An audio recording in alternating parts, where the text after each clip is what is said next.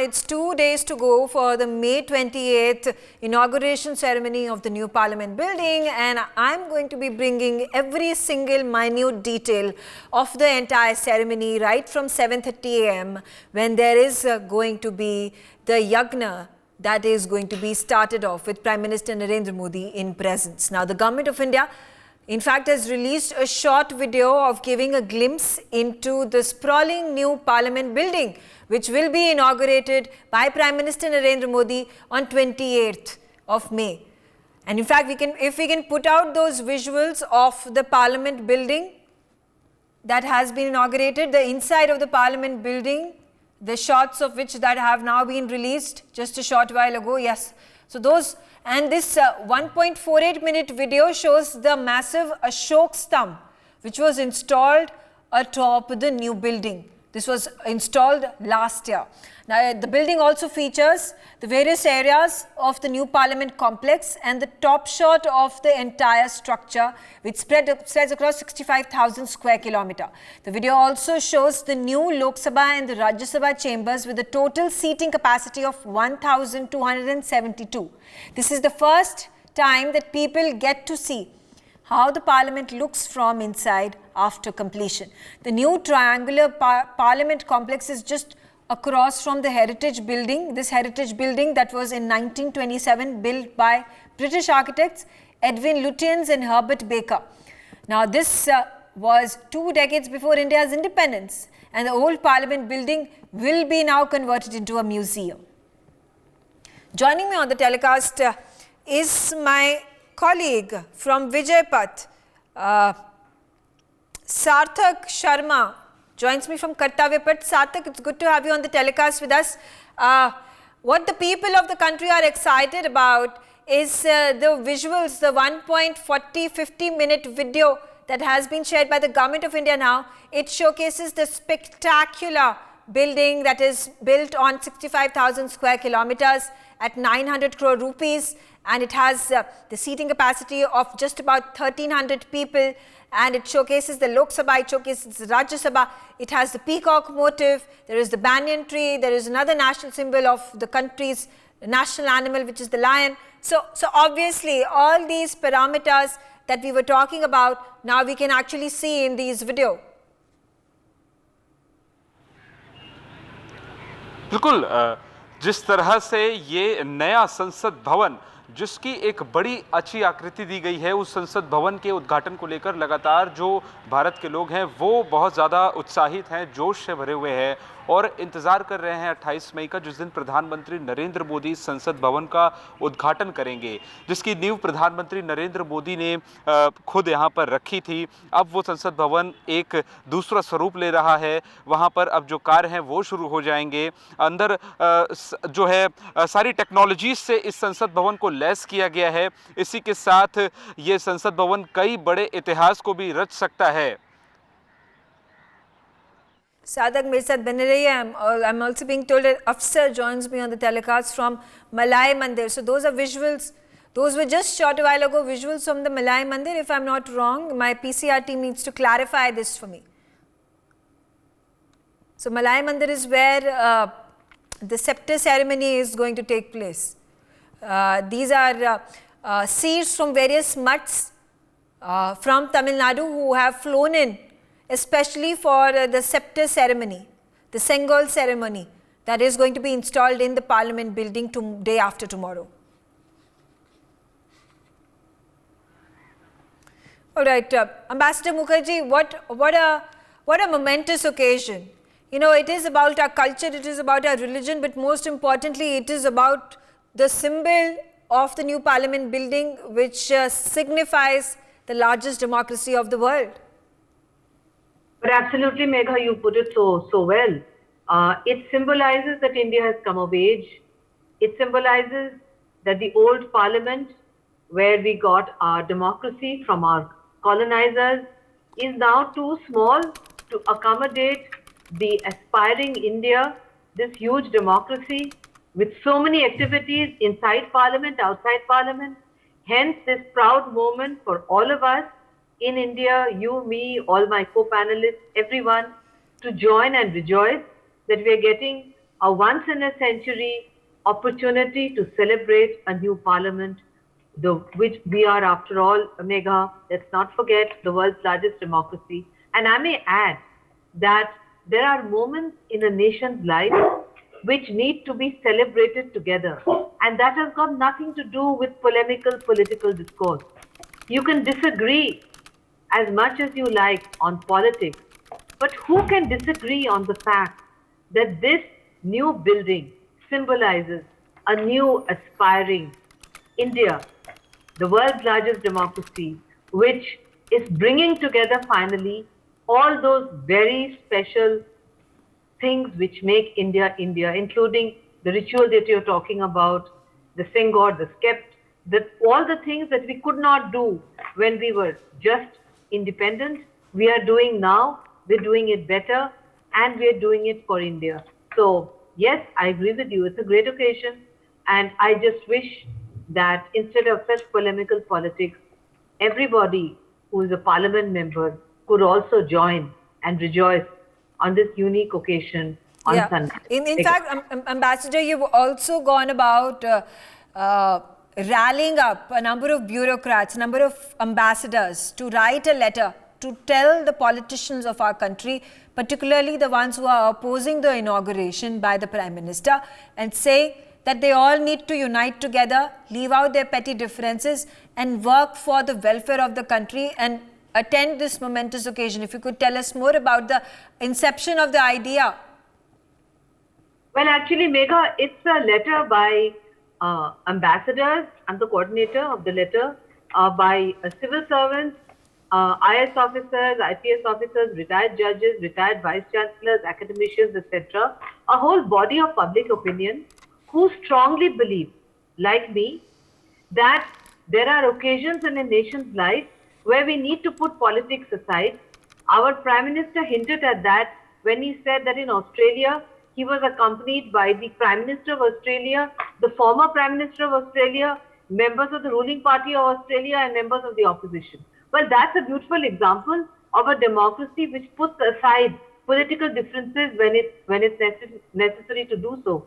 Our letter is appealing to those who, for whatever reason, have decided to boycott, to rethink and to just imagine, Megha, what kind of a image that gives of India both internally and externally, that even on such a wonderful occasion, we cannot unite as a nation in parliament, that parliamentarians cannot celebrate that they have a wonderful building, that one of your parliamentarians here said, I was hearing, that she would come back to attend sessions in the new parliament.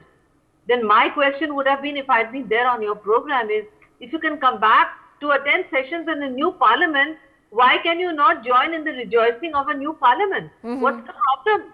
Nobody is taking credit for this new parliament except the people of India, because parliament is for the people, by the people, of the people. So it's the people who will rejoice, and every parliamentarian represents the people of India. So frankly, that's why I wrote the letter, Megha, because we just could not understand how polemical and bitter discourse can be, that it can give the completely wrong image of India with India and outside.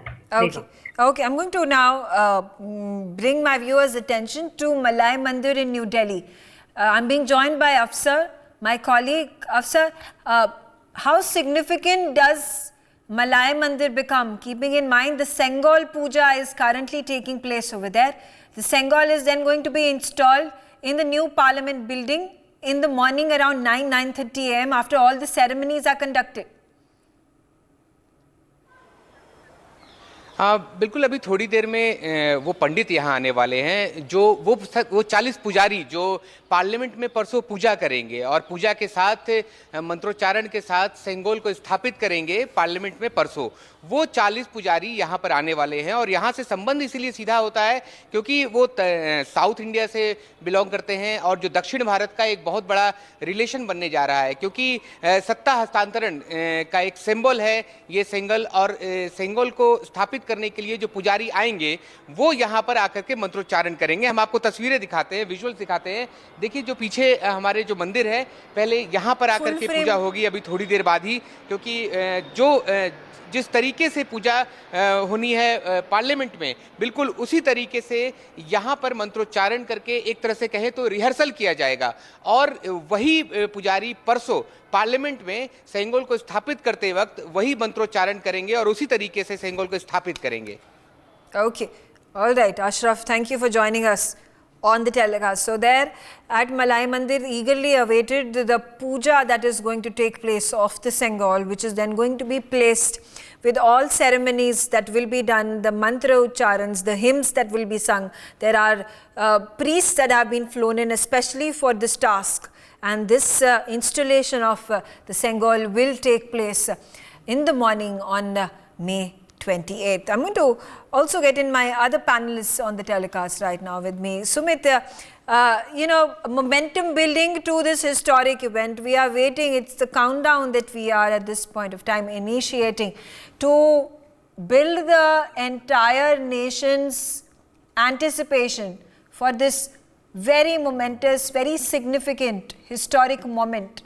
Perhaps will not be seen in another century. Megha ji, in fact, you, me, we, everybody are lucky because we are a part of history in making. And we are more lucky because we are on a national TV and talking about it.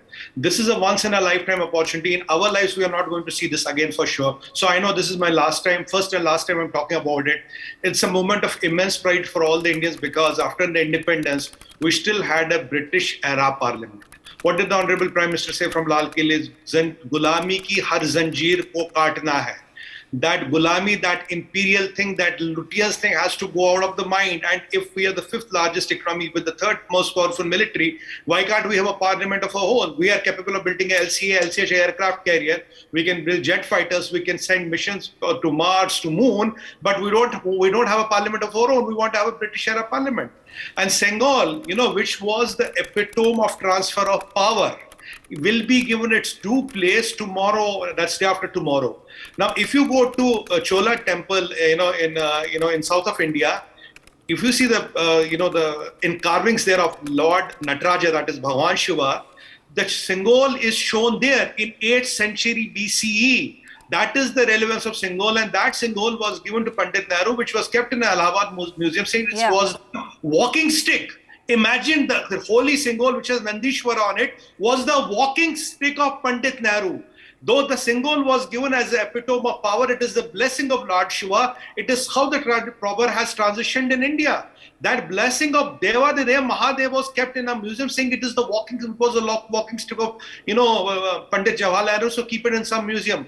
That Sengol will be given its due respect. These Adinams, which are the Shivites, which are from the mutts of Tamil Nadu, they have been flowing in. They are doing the puja and rituals in Malai Mandir.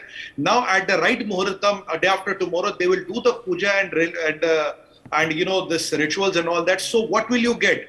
The Sengol will get his due place of honor. Prime Minister Modi will be doing the do whatever is to be done.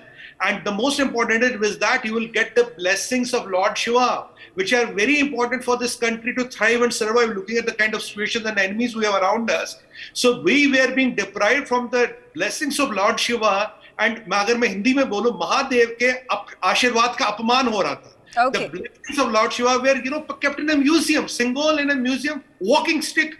I mean, that I cannot even fathom this sort. What was happening here? And people are having objections on that. Okay. It is atrocious. Yeah, okay. I'm going to shed more light into the day's itinerary of the Prime Minister and the ceremony of inaugural of the new Parliament building. There will be the Vedic Yagna that will take place and the puja from 7:30 a.m. to 8:30 a.m.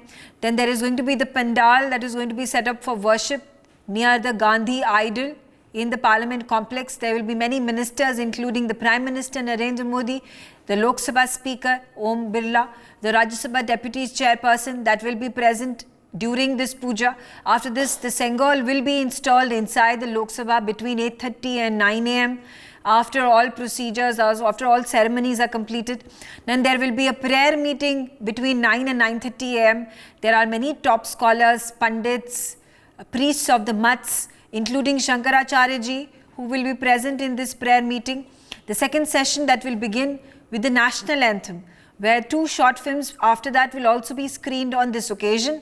The message of the Vice President and that of the President will be read out by the Deputy Chairperson of the Rajya Sabha. Then the Leader of the Opposition in the Rajya Sabha will also address the people on this occasion. The Lok Sabha Speaker will also address the people. The release of the special 75 rupee coin will mark the celebration of the inauguration, and a commemorative stamp will also be released on the day. And at the end, there will be an address by the Prime Minister Narendra Modi. The program will end at 3 p.m. Gautam Mukherjee, get to the conversation. How important and significant is this occasion, keeping in mind that the world is looking at India and the largest democracy, the greatest democracy as we call ourselves to be, and having the new parliament building finally rebuilt from 1927 to now into 2023? Well, it's extremely significant for the new India that has been created and is marching ahead at quite a pace. Germany's gone into recession. We shall soon be overtaking it in terms of the economy, and then we'll be the 3rd largest economy before long. And if you see, various steps have been taken. We've stopped using the Gateway of India, which was a 1918 British monument, except for very little. Instead, there is a war widow or a war widow's or a martyr's mother honored every day in a special ceremony at the new war memorial. We have Netaji Subhash Chandra Bose on the empty pedestal vacated by George V.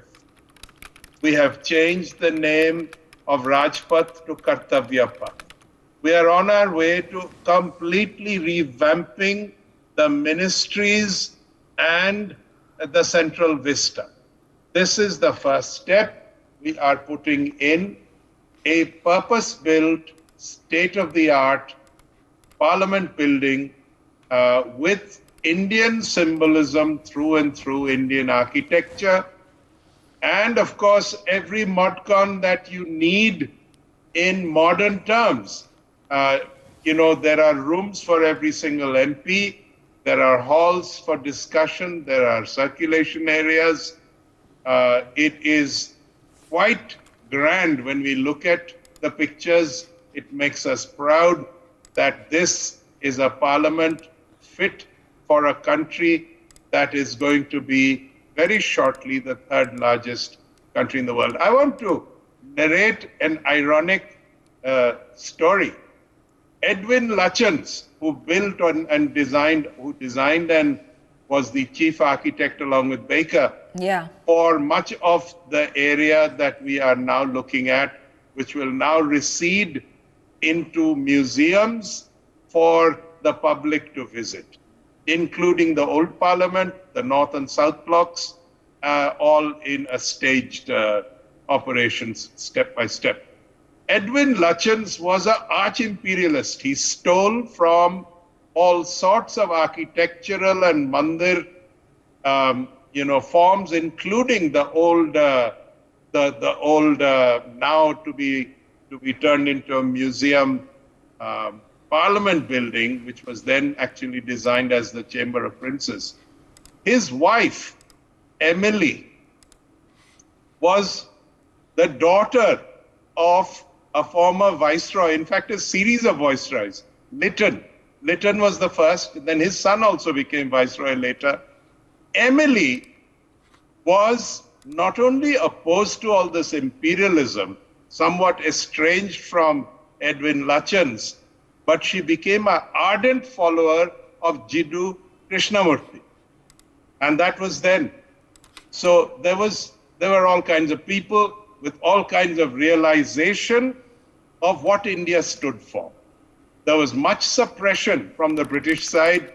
Unfortunately, as Sumit also pointed out, it's ridiculous, but the British used to call Nehru one of us. And Nehru was quite proud of being the last Englishman. So he gets the scepter, the Shaivite scepter, given to him. And he parks it in a museum and gets together with all his leftist friends, pushes out all symbolism to do with Hinduism, Yeah. and tries to turn it into the only peculiar notion of a secular state that you will ever see anywhere on earth. Now, this is ridiculous. Secular dictionary meaning and secular actuality have nothing to do with what we practice in India. And therefore, it needs to be reformed. And Parliament will lead, as I've said before, to a revamping of the Constitution of 1950 to better represent what we are up to now and where we wish to go and how we wish to be viewed, and not have this twisted secularism attack us from the sides and the front and the back and the top whenever it feels like it. And these 19-20 people who are boycotting this on absolutely flimsy grounds, as the Supreme Court has declared, and are part and parcel of this pseudo-secularism, which is very damaging and slows down the progress of the country. Megha. Okay. Yeah, you absolutely make all these points, very valid ones at that. Now, I'm completely out of time, and I thank my panelists for joining me on the telecast. For more such videos, subscribe to the NewsX YouTube channel, hit the bell icon.